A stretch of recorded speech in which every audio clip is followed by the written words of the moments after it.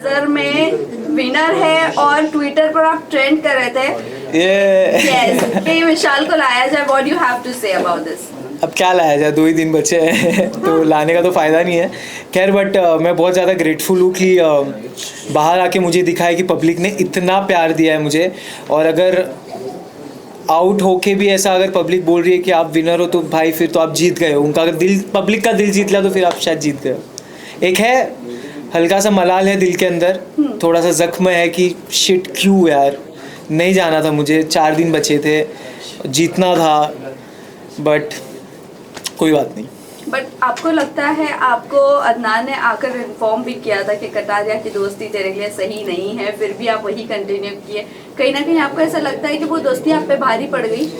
देखो मेरे को ऐसा लगता है ना कि अगर मैं ये ज़रूर मानूंगा कि उसको उधर मेरा साथ देना चाहिए था। अब जब मैं बाहर हूँ तो मैं इसके बारे में बात कर रहा हूँ, ज़रूर मानता हूँ। मैंने उसको भी बोला था कि मैं बाहर निकल के तेरे से बात करूँगा। बट जहाँ तक मैं बोल रहा हूँ ये चीज़ कि मैं अपनी दोस्ती एक इंस्टेंस पे जज नहीं करता। मैं अगर मेरा दोस्त एक बार गलत किया है तो मैं उसकी 10 अच्छी चीज़ें भी देखता हूँ। तो आई गेस वो एक को हटा के मैं 10 अच्छी चीज़ों को अपने साथ रखना चाहता हूँ। विशाल, उसके अलावा अगर मैं बात करूं, जैसे अरमान ने आपके ऊपर थप्पड़ उठाया है, उसके बाद भी वो घर के अंदर है, क्या वो सही है? आपको लगता है कि वो फाइनल में दिखने चाहिए? अगर मेरे हिसाब से शो चलता तो वो तो बहुत जल्दी निकल जाते और मार खा के निकलते। लेकिन मेरे हिसाब से शो इवेंचुअली चलता नहीं। तो आपने एक्शन नहीं लिया वहाँ पर कि बिग बॉस इसके ऊपर एक्शन लिया जाए, जैसे हमने हर सीजन में देखा है। देखो क्या होता है ना कि जब आपके ऊपर, जब पूरा घर आपके अगेंस्ट हो जाता है और आपका जब माइंड इतना प्रेशराइज हो जाता है और आपके साथ इतना बड़ा कांड हो जाता है और उस चीज़ को एक स्पेशल केस दे दिया जाता है ना, तो कहीं ना कहीं आप अपने आप पे सेल्फ डाउट करने लगते हो कि क्या कहीं मैं ही तो गलत नहीं था। और मैं उस टाइम पे इतना ब्लॉक हो चुका था माइंड से, मतलब मैं टूट चुका था। मैं बेसिकली मैं दिल से बोल रहा हूँ ये सारी चीज़ें कि मेरे को कुछ मेरा कॉन्फिडेंस जो मेरा था स्टार्ट से, मेरा फोकस सब गायब हो चुका था। तो मैं था वहाँ पे बट मैं नहीं था, तो I was just zoned out. उसके बाद भी आपके घर वालों को बहुत सारी चीज़ें गलत भी बोली गई है, अरमान ने गलत बोला है, उसको लेकर क्या कहना चाहोगे? खैर वो बात तो मैं इधर आके देखा, मैंने बाहर आके देखा। अगर मैं उस वक्त वहाँ पे रहता हूँ जिसने मेरे बाप के बारे में वो चीज़ बोली, तो मैं उसको ये चीज़ बिल्कुल प्रॉमिस करता हूँ कि वो बहुत ज़्यादा, जितना उसने मेरे को मारा उससे ज़्यादा ज़ोर से खा के और मैं घर में उसको मार खाता और मैं फिर घर से निकल जाता और मेरे को फिर कोई मलाल नहीं रहता। बट खैर उससे तो उसकी नीयत दिख जाती है, उसकी वो कैसा इंसान है वो समझ में आ जाता है कि अगर किसी के माँ बाप पे आप जाके कमेंट कर रहे हो तो आप कितने नीच किस्म के इंसान हो वो दिख जाता है।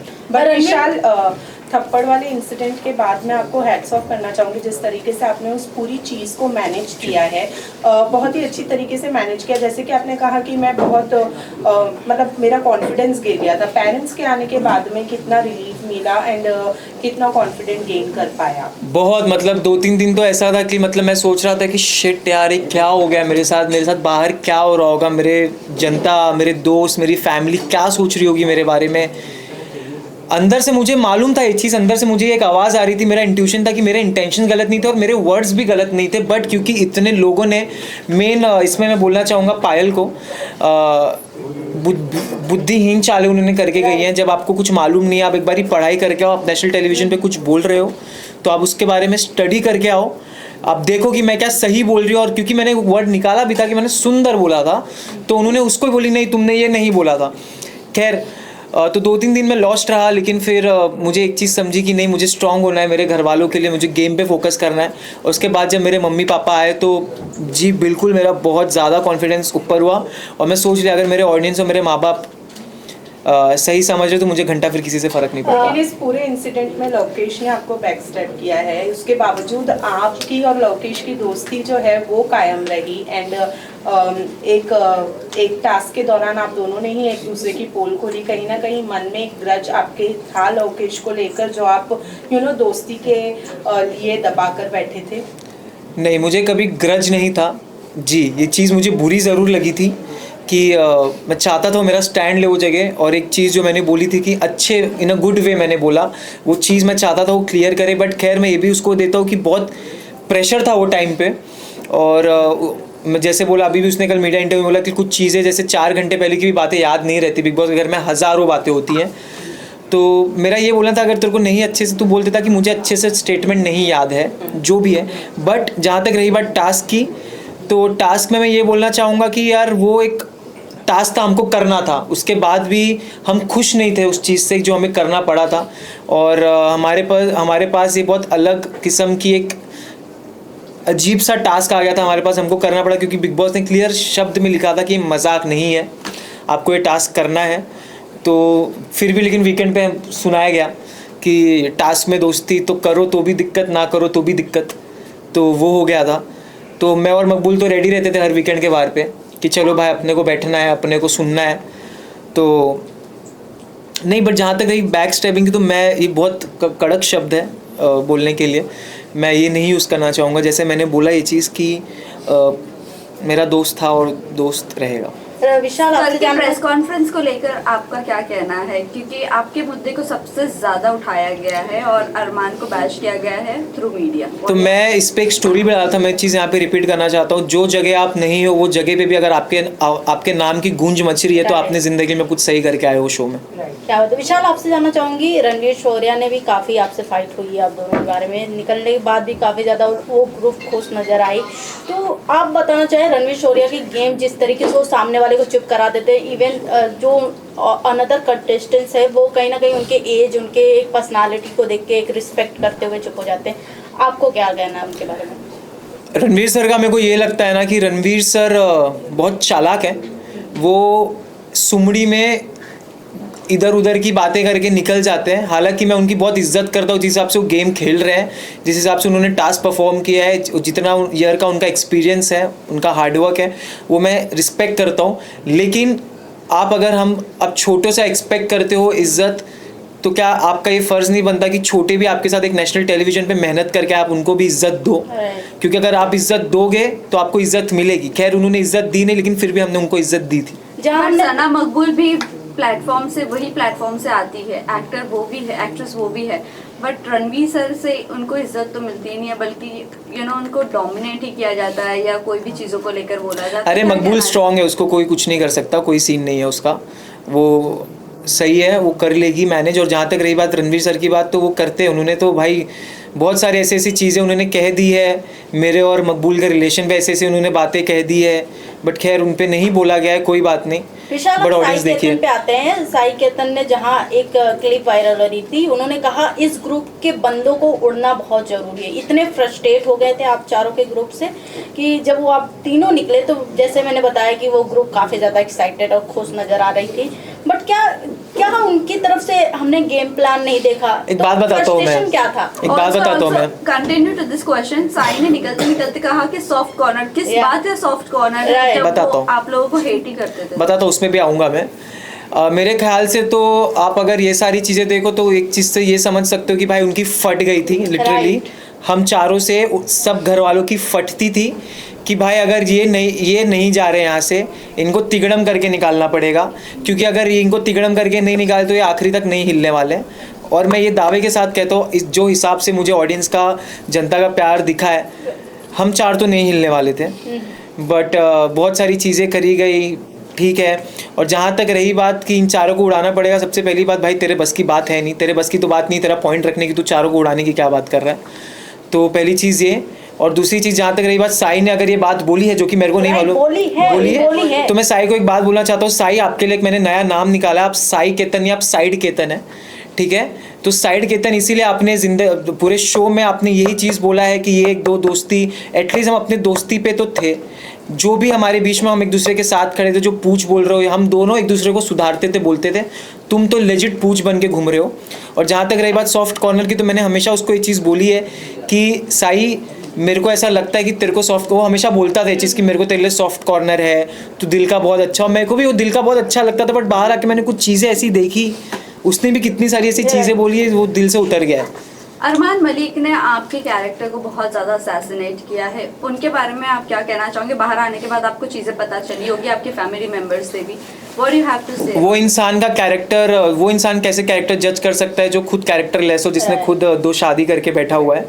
तो जो अपनी पहली बीवी का नहीं हो सका, वो दूसरों का क्या ही होगा? और उनके बाकी के बाहर की चीज़ों के बारे में तो मुझे जाना भी नहीं, क्योंकि मेरे को लगता है लोगों को ऑलरेडी सब पता है ऑलरेडी क्या सीन है क्या नहीं है। लेकिन इतना ज़रूर बोलूँगा कि अगर सबसे ज़्यादा बेशरम और गलीच इंसान मैंने मेरी ज़िंदगी में देखा है तो हंसी आया ना भाई, एक नंबर, मेरे को भी बहुत हंसी आ रही थी। तो कुछ में इतना बेशरम इंसान है अरमान मलिक कि वो एक चीज़ बोलता है, झगड़ा करता है, फिर स्वीट हो जाता है, फिर बोलता है। क्योंकि मैंने हमेशा ये चीज़ बोला है कि सारी चीज़ें उसकी कैलकुलेटिव रही है और हर एक चीज़, भले वो झगड़ा हो, भले उसको क्या बोलना है, हर एक चीज़ कैलकुलेटिव है। अगर मुझे मालूम होता उसके तो मैं भाई उससे तो कभी मैं बात उससे तो खैर मेरे को बात करना भी उससे मेरे को गवारा नहीं है। विशाल, मैं आपको बताना विशाल कल के प्रेस कॉन्फ्रेंस के बाद अरमान मलिक ने कहा कि मैं नहीं चाहता कि लोगों तक के एक गलत मैसेज पहुंचे, मैं ट्रॉफी जीतूं, तो उनको ऐसा फील नहीं होना चाहिए कि मैं एक गलत इंसान के हाथ में, गलत मैसेज नहीं जाना चाहिए। भाई टेंशन मतलब तू वैसे भी नहीं जीत रहा है। डू यू थिंक ये पब्लिसिटी थी या फिर सिंपैथी गेन करने के लिए स्टेटमेंट? हाँ तो ऑफ कोर्स उठाने वाला है ट्रॉफी मैं चाहता हूँ कटारिया मकबूल में से कोई उठाए, बिल्कुल मैं ये चाहता हूँ। और जहाँ तक रही बात जो आपने पूछी कि उन्होंने बिल्कुल सिंपत्ति के लिए कर रहे हैं, सिर्फ 2 मिनट दे दो। एक लास्ट क्वेश्चन सर, एक मिनट भाई, मेरे को बोलने दो तो। हाँ तो मैं ये बोल रहा था कि जहाँ तक रही बात सिंपत्ति की, उन्होंने मेरे निकलने पे जब मैं इविक्ट हुआ तो उनके प्रोफाइल पे एक वीडियो आया जहाँ पे उन्होंने मेरे साथ डाला हुआ है, मेरा भाई है वेल प्लेड विशाल। आप इसी से समझ जाओ कि क्या ये हैं, क्या ये इनकी जो बीवी हैं बाहर पायल जी, वो उनकी टीम क्या कर रहे हैं मेरे को समझ में नहीं आ रहा है। अंदर भी वो इंसान क्या बोल रहा है। और मैं जैसे मैंने बोला कि भाई आप टेंशन मत लो, तुम वैसे भी नहीं जीतने वाले हो। लास्ट में निकलते हुए आप हक करके निकले थे अरमान को, दिल में क्या चल रहा था? विशाल इतने प्यार से हक किया था आप दोनों। प्यार से नहीं, खैर उन्होंने मुझे भूल चूक माफ़ बोला था निकलते टाइम जब उन्होंने मेरे को हक किया था, तो भूल चूक माफ़, ठीक है। तो खैर माफ़ तो नहीं किया हो मैंने उनको, बट क्योंकि मेरे अंदर इंसानियत है और मेरे अपब्रिंगिंग्स अच्छे हैं जो उनके हिसाब से, जो उन्होंने मेरे बाप पे कमेंट किया था, तो मेरे अपब्रिंगिंग अच्छे हैं। तो अगर वो मेरे साथ सामने से आ रहे तो मैं चाहता उनको मैं धक्का दे सकता था, लेकिन उसको मैंने बोला ठीक है मैं जा रहा हूँ, तुम मिल ले कोई बात नहीं। बट हेट और जो डिसलाइकिंग है वो तो मेरे दिल से कभी नहीं विशाल, मैं आपसे पूछना चाहूंगी, आप बाहर आके पायल के वीडियोस तो देखे होंगे, जैसे आपने कहा कि जब वो शो पे आई थी वीकेंड के बाद पे, तो उन्होंने आपको बोला कि एक माँ है, ऐसे कैसे बोल सकते हो। बट ये सब होने के बाद वो बाहर मीडिया को इंटरव्यू देते हुए नजर आती हैं कि हमें जो क्लिप दिखाई गई वो गलत दिखाई गई। इवन वड़ा पाव वाली की बात करें तो उन्होंने भी बहुत कुछ बोला कि हमें अनकंफर्टेबल होता है विशाल के सामने। हाँ तो अच्छा अनकंफर्टेबल हो रहा था इसलिए निकल गई ना घर से। फिर बाहर आने के बाद वो चीजें वो लोग इतने मैनिपुलेट से बोल रहे हैं कि हमें जो चीजें दिखाई गई हमें उस नजरिए से हमने बात किया, बट अभी हम सॉरी बोलते हैं विशाल को, उन्होंने सॉरी भी बोला है बट और फिर आके बाहर पलट गई ना। राइट। तो अभी पायल का जो डिवोर्स चल रहा है कि मैं डिवोर्स देने वाली हूँ, आपको क्या लगता है फेक ये सब जो हाइप बढ़ाने के लिए हो रहा है? हाइप बढ़ नहीं रही है भाई, घट ही रही है। हाइप उससे कुछ भी नहीं हो रहा है, उन लोग उल्टा और गलत ही साबित हुए जा रहे हैं। जितना कर रहे हो उतना दलदल में फंस रहे हैं। और जहाँ तक रही बात चंद्रिका की, अनसेफ हो रहा था इसलिए तुम निकल चुके हो घर से, अभी तुम सेफ घूमो, तुम्हारा कोई दिक्कत नहीं है। विशाल, चंद्रिका ने No, please, thank you. Last question. नहीं, we'll take a coverage. Last one, please. Chandrika ने ऐसा कहा है कि उन्हें रिग्रेट है कि उन्होंने आपको सॉरी बोला है। आपको रिग्रेट होना चाहिए कि आप शो में आए हो, बस उससे ज़्यादा कुछ नहीं बोलूँगा मैं, क्योंकि वो बंदी का ना एक मुद्दा था ना एक स्टैंड था, अपने पॉइंट्स पे क्लियर नहीं थी, अपने ना कोई किचन है, पट्टी है, मेरे आंखों पे पट्टी है, ये है वो है, बस उसमें ही लगी थी। और जहाँ तक रही बात, मैंने उनको हमेशा रिस्पेक्ट से ट्रीट किया है। उन्होंने मेरे कैरेक्टर पे काफ़ी सारी चीज़ें बोली जबकि वो इन्वॉल्व भी नहीं थी, फिर भी उन्होंने जब मुझसे माफ़ी मांगी तो उनको मैंने 2 सेकंड में माफ़ कर दिया। और अगर बाहर आके वो कर रही तो भाई वो उनके ऊपर है, वो उनका माइंडसेट है। Thank you guys.